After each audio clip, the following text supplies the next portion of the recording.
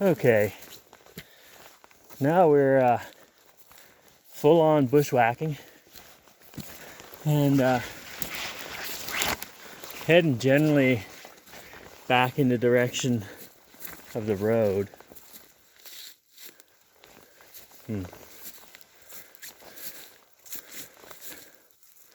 sort of little fox den or something here. Let's take a look. This is the beauty of bushwhacking. So you get to see, oh no, this is just a squirrel's house here. And yeah, you get to see just different stuff. I don't leave no more trace than a deer does. And I never always pick up some litter. But this is just a cat's meow for me. It's kind of cold and rainy out. It's probably 5 Celsius or something by now. You can hear the rain in the background lightly. Yeah, I'm just exploring. I started on the old Gorge Creek Road where it's decommissioned. I went down there for half an hour and then I found a trail. I followed the trail and sort of switched on to another trail, and then that trail ended and I started bushwhacking. I bushwhacked along that way. Looks like along that way. And then cut back across because I got kind of tired of it. And I'm coming this way. And the road's somewhere over here. Or some other trail, hopefully. So we'll see. Anyways, every once in a while I sort of hear to call it wild. And, you know, I just sort of headed off, I don't know, about 6:45 today. And I just felt, sometimes you just feel like hitting the road, going exploring, getting out of the city, getting some time out in wilderness, and you can kind of think the big thoughts and all that good stuff. And yeah, so that's what I've been doing for the last probably hour and a half or so. And yeah, just look at all the weird little grass and animal tracks and scat and lichen. See, notice this while I'm on the topic. Look how much the rain makes the lichen pop. See what I'm saying? It's not even the most licheny part of the forest, but it really does bring it out a bit. Anyways, so yeah, we're just kind of making our way along here. This looks like sort of a game trail.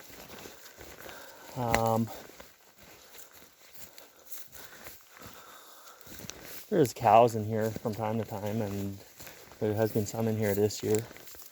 And I saw some elk, scat, and bear, and some wolf, maybe a coyote.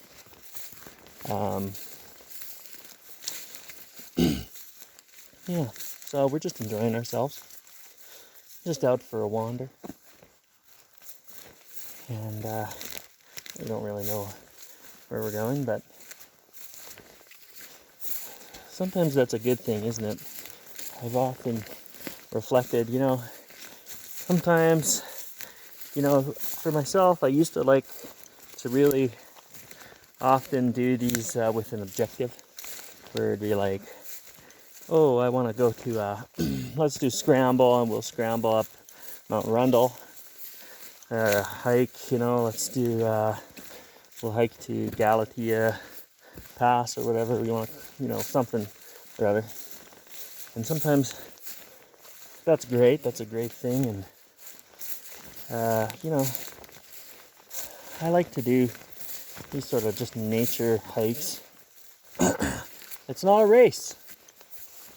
You know, and sometimes, you know, in our daily lives, you do get sort of feeling like you're a little pinched for time. You got deadlines at work, and you gotta visit your folks, and you gotta get groceries or whatever, do chores, vacuum, and all that stuff, which is all good. But sometimes it's nice just to really have no goal. Sort of a here.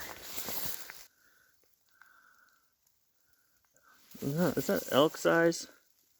Or like a bigger deer? Any wildlife experts can weigh in on that one. And yeah, I think that's a deer. But what can you do? Yeah, anyway, so we're just out here doing our thing. This is something I think I come by honestly. Well, my dad did lots of this stuff when he was a kid. Well, you know, even when we were around, well, of course, he's the one that sort of showed us around that, but long before we were on the picture, he used to do stuff like this with his friends, and they were especially into hunting and fishing, like birds mostly, but I think they went after big game sometimes too. And fishing though, that was my dad's thing, was fishing. Boy, and he's a good fisher, I'll tell you that much. And yeah, they would fish all sorts of days. And yeah, I really don't know where the hell I'm going here. So what can you do? You just gotta take a bit of a bearing, and off you go, right? See, this looks sort of like a trail, doesn't it? Well, like I was saying, I gotta go down this way. Like I was saying, it's good to, and I love that my wife understands that sometimes I just need, it's nothing personal, I just absolutely need that time. I kind of here to call it a wild, like this morning, it's like Saturday, my day off, and I'm up at like 6:30. I'm just itching. You know, it'd be absolutely nothing wrong with having a nice day in town with my wife and doing a few things around. But in fairness, we did that the last couple weekends, so you know, you gotta get the yin and the yang, right? And here we are. Just sort of doing the opposite of city day. No traffic. The only noise is me rambling and rainfall. And you just go with the flow, you know? And you really can't beat it. And who knows, one of these days we'll get a nice objective in mind here. We'll do some peaks or something. Who knows? Maybe we'll do some ice fishing this year when the lakes freeze over, or maybe we'll do some hunting. Who knows? It's all good, guys. It's all good. Life is good. You know that? That's the thing that you come around to.